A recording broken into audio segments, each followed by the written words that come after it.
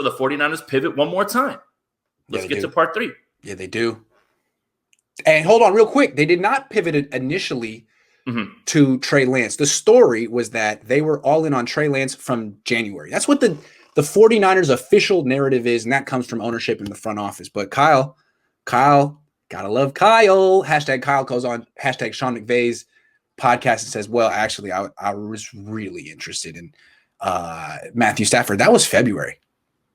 Yeah, that's so the same time this is the impetus for us to rewrite the timeline, because the Niners official version is bogus. In February, we're talking Stafford, not Lance. And that's the time that we're in Mobile. All that stuff happens, you know, and our group is the one telling you guys that there's movement on this, and obviously it falls through. So whatever, we don't have to talk about that. But again, a third quarterback, Matthew Stafford. Now, there's a large debate on 49ers Twitter about whether Matthew Stafford is actually better than Jimmy Garoppolo. And I don't even think that that's much of a discussion when you're talking about the two players. Because, and let me take the diplomatic approach. Got the report right in 2019. He didn't know anything, but he didn't know anything before the draft. That's a good point. See that one. That one kind of felt like. I mean, and he's a what's the word? Wait, wasn't Stafford before Watson? No, it was after, wasn't it? When did all the reports come out about Watson? I think they were kind of going at the same time. They were a little bit concurrent. I could have swore that it was Watson first, and then they moved to Stafford, and they were like, "All right, that's it. We're just out on Watson." So I mean, whatever. So hard to say right there. Hard to say. Yeah. Well, the thing was, the Texans didn't seem super eager to move him, and it seemed like a harder guy to attain. Like, yeah, if you could get him, he wanted out. The Texans were dragging their feet. The Lions were like, we're going to grant him his wish. He's been a good team player, right? Yeah. And so it was more I love this. I love this tour of Kyle Shanahan going around and doing podcasts and opening up the curtain and letting people in on what they talk about and the things that are going on in the building. Yeah. I love that he speaks candidly, although sometimes, like I said, I wish that he would just give some generic answers at some point. Yeah. But I thought it was interesting when he was talking about Stafford and how, I scouted him out of college, and you watch the film when you're playing them, but man, when I watched him again and I started to watch him for those 2 weeks, I was like, man, this guy's underrated and really, really, really good. Yeah, the thing I was the thing I was going to say about Jimmy Garoppolo is I'll be diplomatic in my stance here, because I don't want to come off as a hater or anything like that.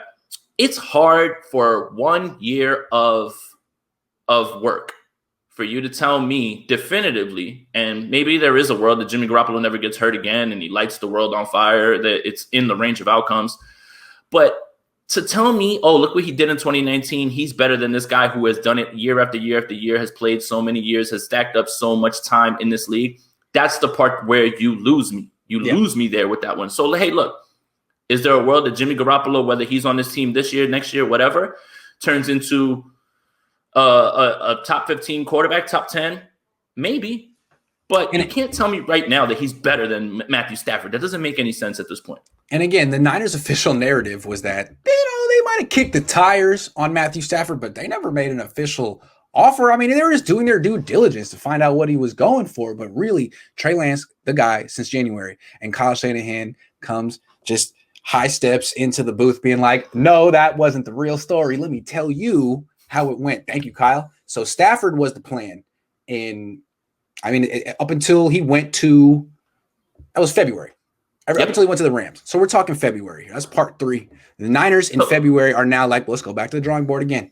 And one more thing too, is when you hear him talk about, I spoke to somebody and said, you can go to dinner. Nothing's going to happen tonight. And he didn't even know that Sean McVay and Stafford were in Cabo with him.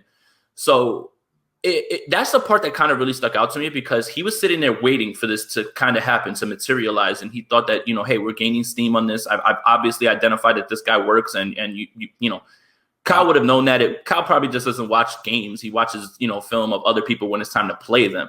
So it's more like he was waiting. So I was going to bring that up too. So Vish made a good point. I think he either texted me or he tweeted at me. How is that not tampering? Yeah. You're allowed to hang out with opposing coaches while the deal gets done. I mean, unless the Lions don't care because they were making their move and they were making their deal. So it didn't matter. I guess the Lions would have to complain. And I think that, you know, they were under the assumption that they were working with McVay to get this done. One more thing that I want to touch on too from that podcast that was really, really interesting. Kyle Shanahan said, if we thought that the Rams were in on Julio Jones and were a suitor, we would have been in on that. And I love the arms race, and that's what this has been the entire time in the NFC West. It's been an entire arms race, which it kind of explains why the Niners were in on Stafford, because the Rams. Right. So if that's the case, you can't let him slide over there, because now you have problems. Say what you want. Remember last year when the Niners said they were just kicking the tires on Jamal Adams? Well, from what I heard, it was more than that. And again, the Seahawks came over the top and had this offer that the Niners weren't expecting. But I think the Niners were, from what I heard, were very, very interested in Jamal Adams, and the same kind of thing happened here. And what Kyle's saying about, you know, man, I went to dinner, you know, and I had my guys say, hey, and nothing's happening. And then I find out, boom, I get the text that's done to the Rams. So he seemed very disappointed. Yeah. And where my head went on that one, where I went with that one was, did Stafford prefer the Rams to the Niners? Because it sounded like Stafford understood the Niners were interested and was interested too, but maybe had questions about the area, knowing his wife. And then the Rams call up also about the Niners' readiness. I mean, the Niners have losing seasons. They're not the most consistent team. Weird things happen to them with injuries and stuff. Maybe when he got the Rams, he was thinking about it.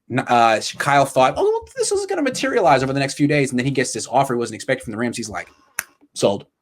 I'm in. Yeah. I like LA. I like this team. I can see that.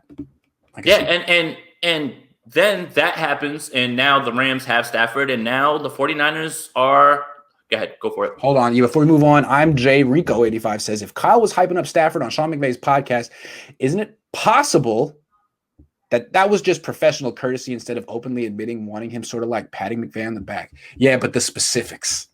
Specifics that Kyle. The little stuff. Like when he talks about going to dinner and they were like, don't worry about it, there's not going to be anything happening. And then he finds out, just like everybody else did, that it was to the Rams. That's the part that it that doesn't really work with me at that point right there.